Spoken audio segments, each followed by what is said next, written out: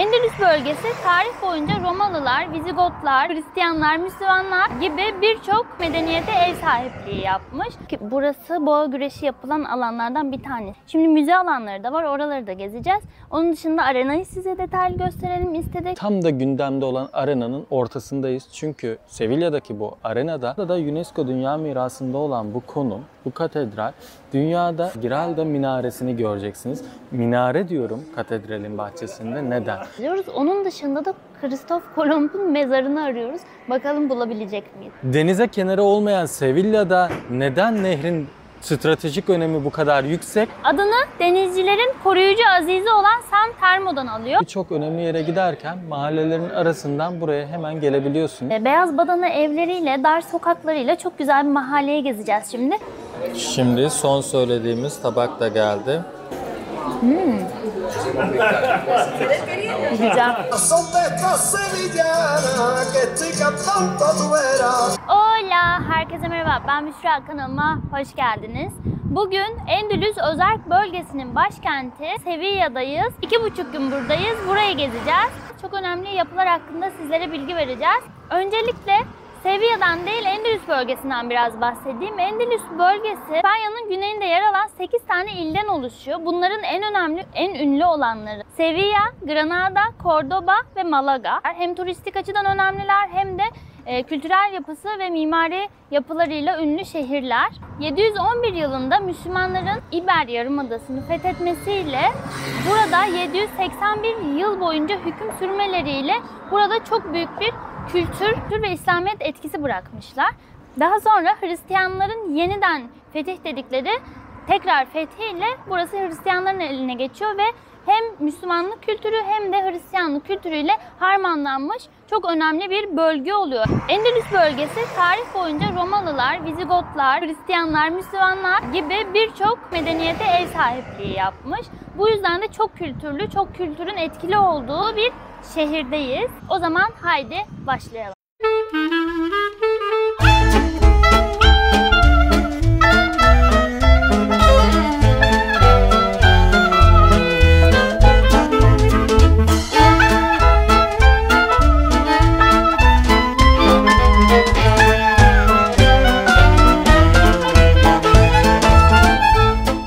Arkadaşlar şimdi Plaza de Toros'un içine girdik. Burası boğa güreşi yapılan alanlardan bir tanesi. İspanya'da birçok boğa güreşi arenası var ama burasının önemli olmasının nedeni en eski ve prestijli olanlardan bir tanesi olması. Biz de o yüzden ilk defa giriyoruz buraya. Madrid'de de vardı, orada girmedik. Burayı görmek istedik çünkü burası çok daha eski.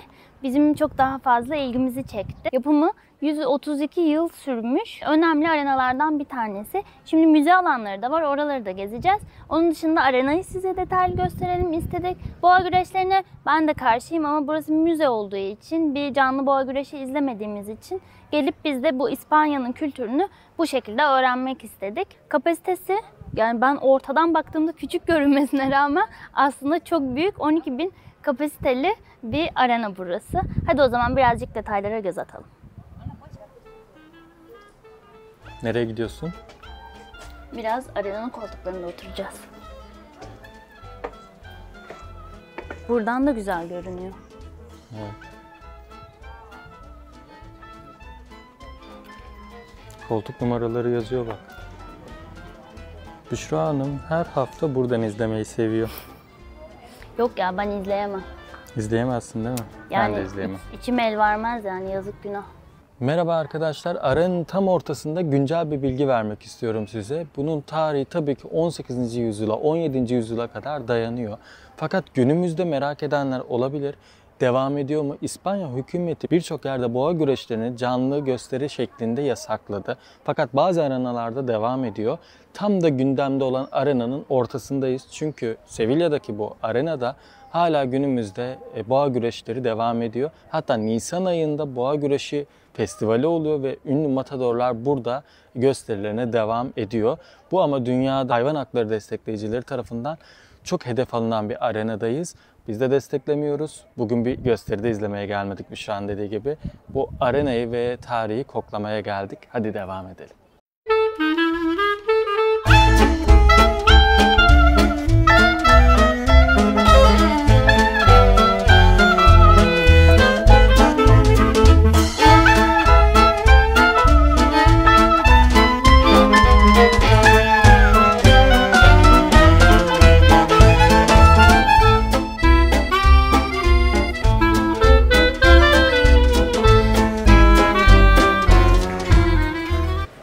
Plaza del Cabildo'dan merhaba. Burası yarım daire mimarisiyle ve sütunlarla, fresklerle beraber süslendiği için önemli bir dinlenme durağı.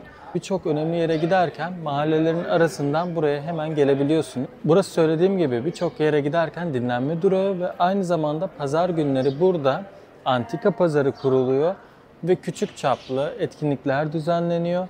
Bu yüzden burayı da size göstermek istedik. Çok küçük bence. Çok küçük fazla çaplı küçük. etkinlikler. Fazla küçük. Meydan çok küçük. Biz büyük bir meydan bekliyorduk ama bayağı bir küçükmüş. Evet, ya beklediğimi alamadım dersem yanlış olmaz. Bence gelmişken zaten buralarda olacağınız için girip görülmesi gereken bir yer ama çok bir etkinlik, çok bir öyle olayı yokmuş.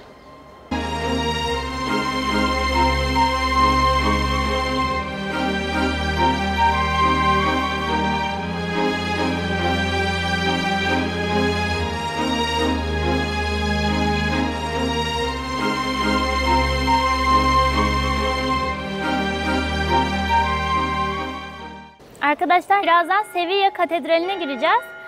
Sevilla Katedrali'ne girmeden önce çanlar çalıyor. Evet, beni bölen çanlar şu anda ekranda. Ne kadar hızlandı. Çok güzel. Sevilla Katedrali bizim için şu yüzden önemli. 2019'da Ali bana tam da bu Sevilla Katedrali'nin önünde evlenme teklifi etmişti. Bizim için Sevilla önemli. Sevilla önemli olduğu kadar da Sevilla Katedrali ayrıca önemli. Birazdan Sevilla Katedrali'nin içine gireceğiz. Arkadaşlar buranın neden önemli olduğundan birazcık bahsetmek istiyorum. Çünkü gerçekten çok değerli bir yerdeyiz. Neden değerli bir yer? Öncelikle burası 15. yüzyılın başlarında yapılmaya başlayıp 16. yüzyıla kadar sürüyor. Çok uzun bir inşaat süresinden bahsediyoruz. Burayla ilgili net olmayan bir bilgi var ama benim ilgimi çeken, onu paylaşmak istiyorum.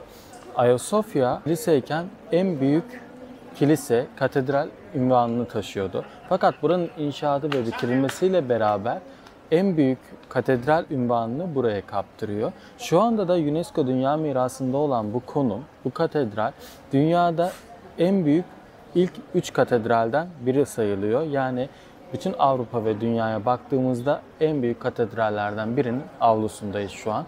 Bu katedralin bizim için bir diğer başka önemli noktası da şu. Hemen kuzey tarafında gördüğüm Giralda Minaresi'ni göreceksiniz. Minare diyorum katedralin bahçesinde. Neden?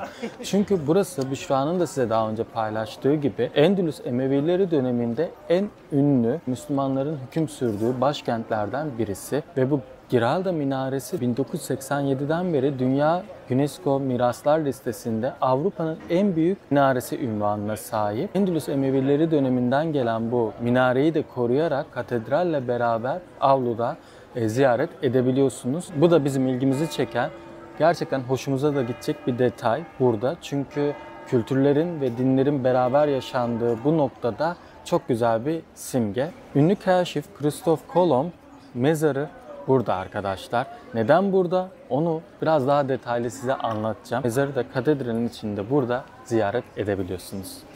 Şimdi kiliselerde genelde böyle şapel bölümleri oluyor ve oralarda önemli papazların, azizlerin, önemli insanların hatıraları olabiliyor, fotoğrafları ya da heykelleri olabiliyor.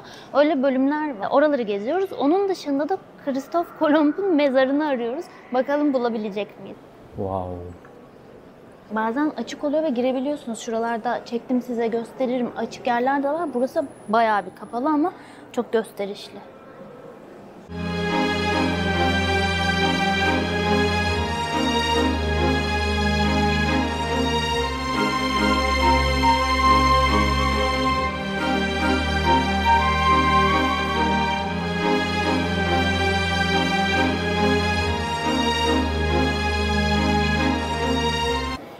Emin değilim ama sanırım Christoph Kolomb'un mezarı burada. Bakalım o muymuş?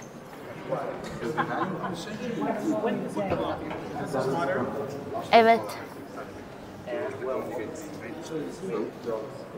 Zaten böyle bir şey ilk defa görüyorum ben bir kilisenin içinde.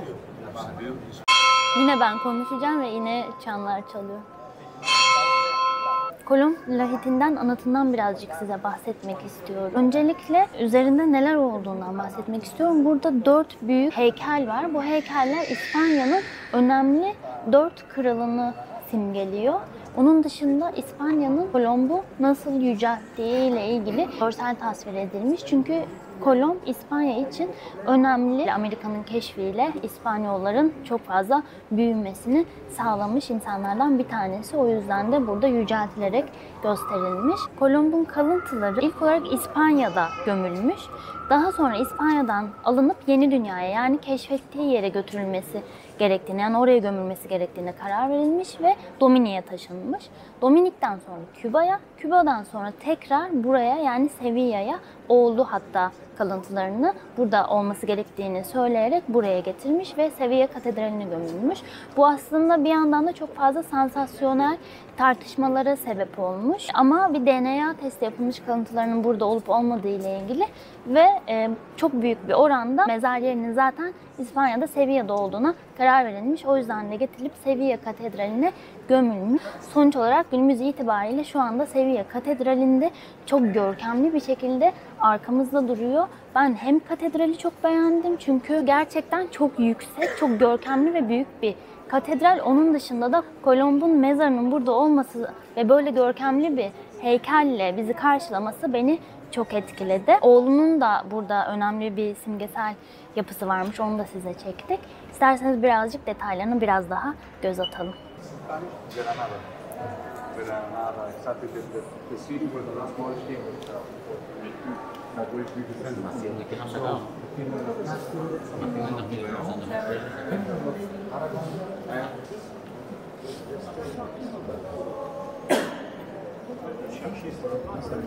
Bu mezarı taşıyan 4 krallık, Aragon Krallığı, Navarra Krallığı, Leon Krallığı ve Kastilya Krallığı. Bununla ilgili şöyle bir güzel bilgi var. 4 krallığın temsil ettiği bazı figürler var. Bunları paylaşmak istiyorum. Çünkü burada çok güzel, lahitte çok güzel işlenmiş bu detaylar. Örneğin yarasa detayı var. Aragon Krallığı'nın kıyafetinde yarasa işaretlerini göreceksiniz. Yarasa, Aragon Krallığı için şunu ifade ediyor. Çok önemli bir savaşta Aragon Krallığı için yarasaların o savaşı kazanılmasına destek sağladığı bilgisi var. Bu yüzden de onlar için şans ve gücün temsili. Hemen yanında Navarra Krallığı'nın eteğinde full bir zincir görüyoruz. Burası çok enteresan. Çünkü bu zincir Endülüs Emevilerinin şehirleri altın zincirlerle koruduğu söyleniyor. Ve Navarra Krallığı'nın Emevilere büyük zarar verdiği savaşlardan birinde zincirler korunan bir şehri tamamen yıkarak ele geçirmesi sonucunda armasından tutun bütün her yerde Navarra Krallığı'nda zincir motifi kullanılıyor. Altın zincir motifi kullanılıyor ki bu da işte ne kadar güçlü olduklarını, üstün olduklarını göstermeye çalışıyorlar. Hemen öndeki kralların üstündeki motiflerde ise önce taç göreceksiniz. Taç zaten krallığı simgeliyor. Diğer tarafta da deniz kabukları ve bazı kraliyet görselleri, sembolleri var. Deniz kabukları da birincisi Santiago Haç yolunun göstergesi. Yani bu deniz kabuklarını izleyerek haç görevlerini tamamladıklarını, yolu temsil eden bir nokta. Diğer bir nokta da Kristof Kolomb'un deniz aşırı ülkelerdeki yaptığı keşifleri onurlandırmak amaçlı kullandıkları deniz kabuğu motiflerini görüyoruz. Yani bir lahitte olabilecek bütün detaylar var. O yüzden gerçekten çok mutluyuz burada olduğumuz için. Umarım siz de gelip bu atmosferi tadarsınız. Şu an Geldi tam mi? olarak evet. Bir hissettim, bir ısındım. Hissettim. Isındım. O nuru, o ışığı hissettim. Burada açık alanda sergilenemeyecek kadar değerli olan parçaları özellikle burada bu gizli odalarda sergiliyorlar. Bunlar birebir orijinal, gümüş, altın. Zaten bak. Kapıya Kapaklar bak. kapanıyor ve kilitleniyor. Cam olmasına rağmen. Bu bir kapak.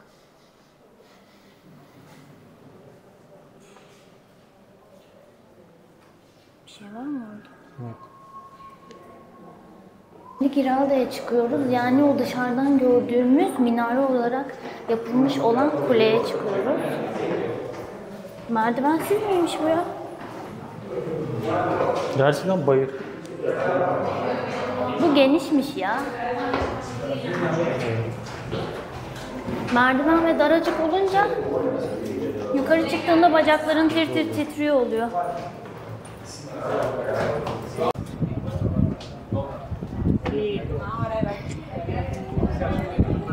Şimdi Hiralda Kulesi'nin minaresinin tepesine çıktık. Tabii meydan, videoyu çekmiştik orada zaten. Ali'nin bana evlenme teklif ettiği yer. Minare çok yüksek, çok güzel bir manzarası var.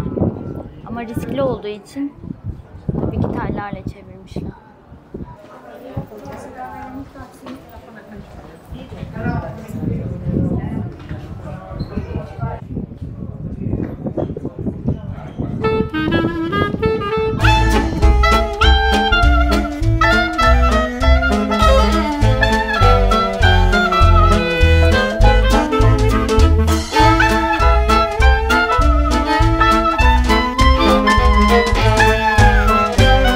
Sevilla Katedrali ile ilgili bir bilgi daha vermek istiyorum. Mimarisiyle ilgili bu bilgi. Sevilla Katedrali'nin mimarisi yine gotik tarzda. Yani Toledo Katedrali'nde de görmüştük birlikte. Toledo videomuzu da hemen buradan izleyin diyorum. Toledo Katedrali'nde de olduğu gibi gotik tarzda inşa edilmiş mimarilerden biri burası da. Çok gösterişli bir katedral. Onun yanında hem gotik tarzı hem de Moorish mimarisi, yani Endülüs İslamiyetinin mimarisiyle harmanlanmış çok gösterişli bir katedral. O yüzden de bu gotik mimarinin detaylarının önünde size bu bilgiyi de vermek istedim. Çünkü önemli bir bilgi. Şu anda bulunduğumuz nokta Torre del Oro, yani Altın Kule'deyiz. Altın Kule'nin önemli birkaç özelliği var arkadaşlar.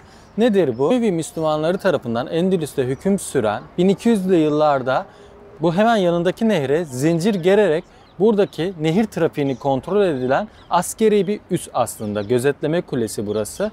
Fakat zaman içerisinde Hristiyanlar burayı ele geçirdikten sonra gözetleme kulesi olarak kullanmaya devam edip daha sonrasında da hapishane ve zindan olarak kullanmaya da devam etmişler. Neden buraya Altın Kule diyorlar? Sebebi en üst bölgesinin altın olduğu düşünülen ama sarı, yani altın rengi mozaiklerle de süslenmiş olan bir kubbesi ve en uç noktası var. Bu yüzden de Altın Kule olarak söyleniyor burası. Burası çok uzun yıllar boyunca hem İslamiyet hem Hristiyan etkisinde kilit bir nokta olmuş, şehri korumak amaçlı. Neden bu kadar kilit bir nokta? Denize kenarı olmayan Sevilla'da neden nehrin stratejik önemi bu kadar yüksek? Hadi ondan da birazcık bahsedelim. Şu an yanında bulunduğumuz nehrin adı Guadalquivir Nehri arkadaşlar. Bu İspanya'nın en büyük 5. nehri. 600 kilometreden büyük bir uzunluğu var. Tarihte şu şekilde biliniyor. Sevilla'ya şu şekilde önem kazandırıyor. Sevilla gibi bir denize kıyısı olmayan şehirdeki bu nehrin yeni dünyaya açılan kapı olması arkadaşlar.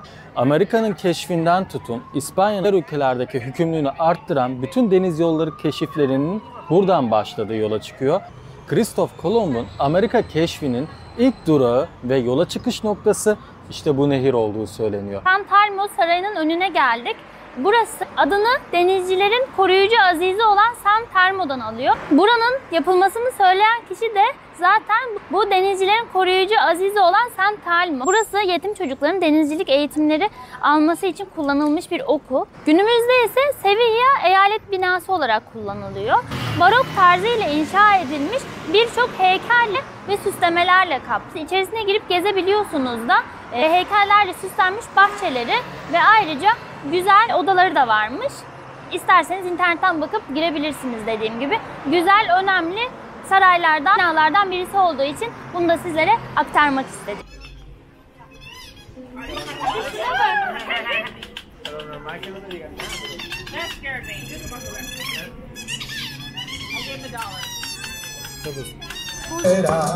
A son de esta sevillana que estoy cantando tu vera, te estoy confesando cosas que un hombre no viera. Porque tengo 4 copas y el vino es un buen amigo.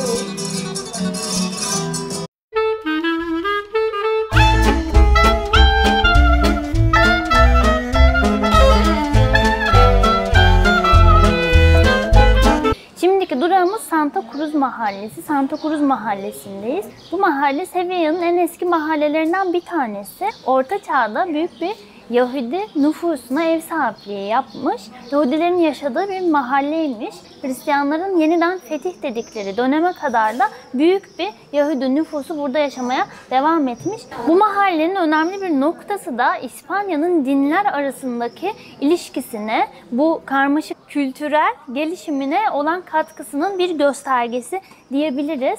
Beyaz badana evleriyle, dar sokaklarıyla çok güzel bir mahalleye gezeceğiz şimdi. Hadi birazcık detaylarına yakından bakıp sokaklarını tur atalım. Çok tatlı.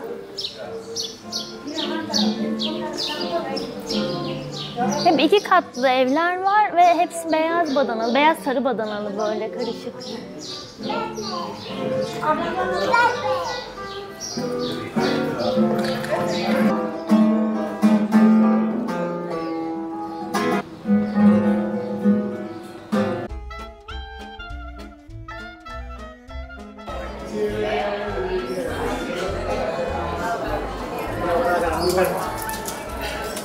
Ben bu meydanı çok beğendim ya. Burada yemek yiyebiliriz. Evet. Gerçekten çok lezzetli gözüküyor. Sokak devam ediyor. Çok güzel.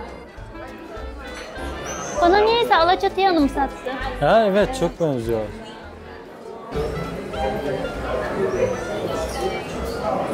Santa Cruz mahallesini çok beğendim. Oturalım burada yemek yiyelim dedik. Evet, şu an akşam saat 9:30. O yüzden biz de çok acıkmıştık. Günün yorgunluğu da çıkıyor. Yüzlerimizden de belli oluyordur zaten.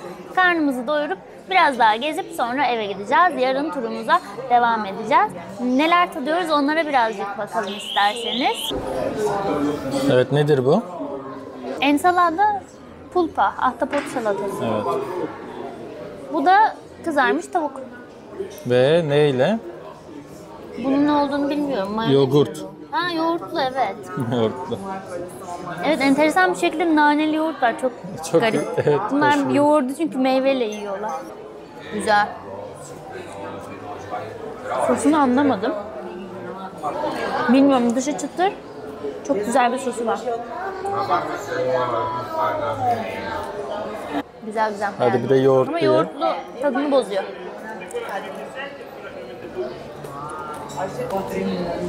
Hangisini deneyeceksin? Ben ahtapotla başlayacağım. Şöyle kenara ayırayım.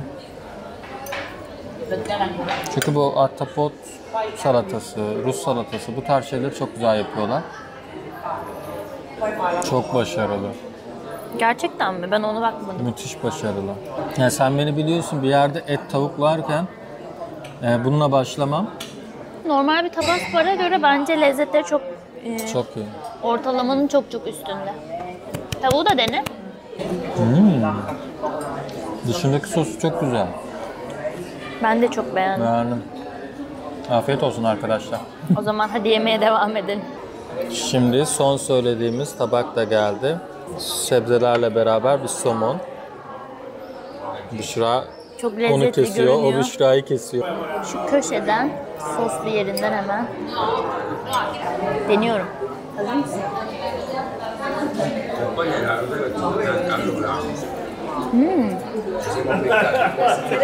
Güzel. Izgara somon. Yani üçüne de puanım tam. %100, 10'da 10. Yemekleri biz çok beğendik çünkü fiyat performans olarak çok iyiydi. İlki kalabalıkta çarşıda yememişiz dedik. Aslında çok yakın burası. Şu anda Santa Cruz mahallesinin içerisindeyiz. Burada hemen adına bakayım. El Beso Gastro diye bir restorana oturduk. Fiyatları da iyi, tadı da mükemmeldi. Normal bir tapas restoranlarının çok üstündeydi. O yüzden size öneri olarak burayı söylemek istiyorum. Yakınlarda olursanız buraya mutlaka uğrayın. Akşam yemeğinizi ya da öğlen yemeğinizi de olabilir. Burada yiyebilirsiniz. Fiyatlardan da bahsedeyim. Tapaslar aşağı yukarı 3,5-4,5 arasındaydı.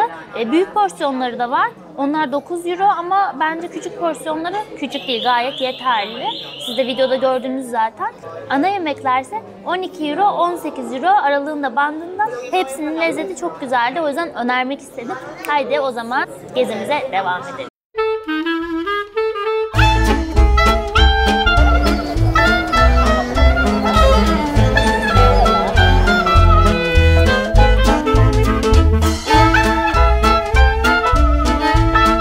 Setas de Sevilla'nın önündeyiz. Setas mantarlar demek arkadaşlar. Sevilla'nın mantarlarının önündeyiz yani. Dediğimiz yapı arkada 2004 yılında yapımına başlayıp 2011 yılında yapımı bitmiştir.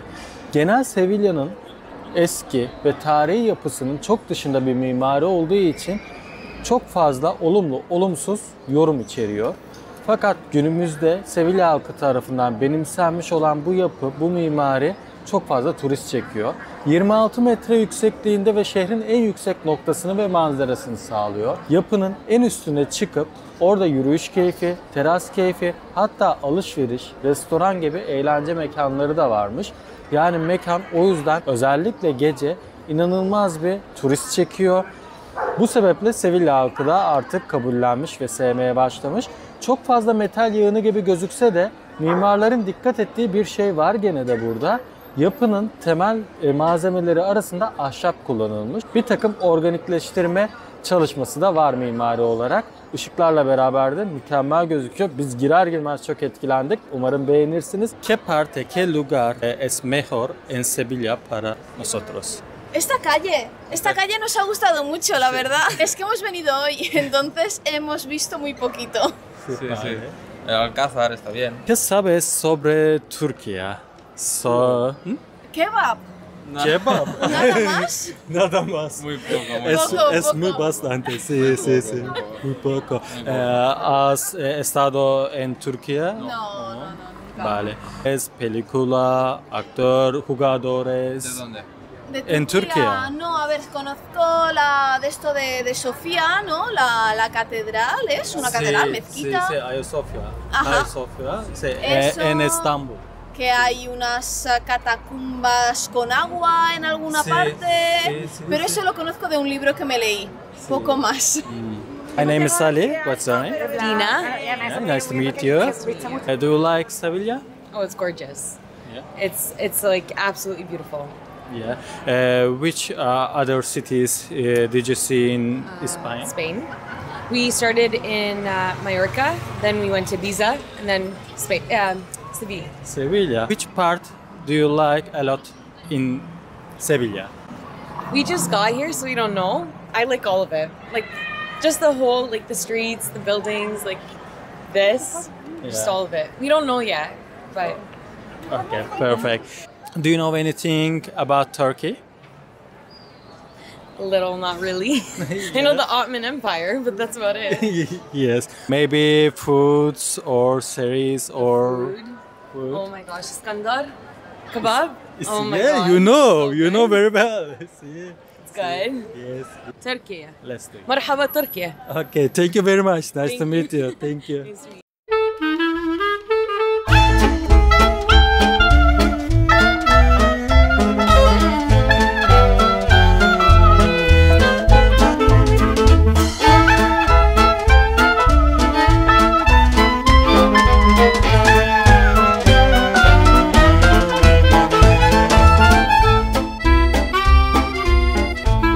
Arkadaşlar bugünlük videomuzun sonuna geldik. Sevilla gezimizin ilk günü çok güzel geçti. Çok önemli yerleri gezdik. Yarın da önemli yerleri gezmeye devam edeceğiz. Bunlardan bir tanesi Plaza de España. Sonra Alcázar Sarayı'na gideceğiz. Ve daha birçok farklı yere gideceğiz. O yüzden ikinci günümüzü de izleyin diyorum. Abone olmayı, beğenmeyi ve yorumlara fikirlerinizi, düşüncelerinizi yazmayı unutmayın. Bir sonraki videoda görüşürüz. Hoşçakalın.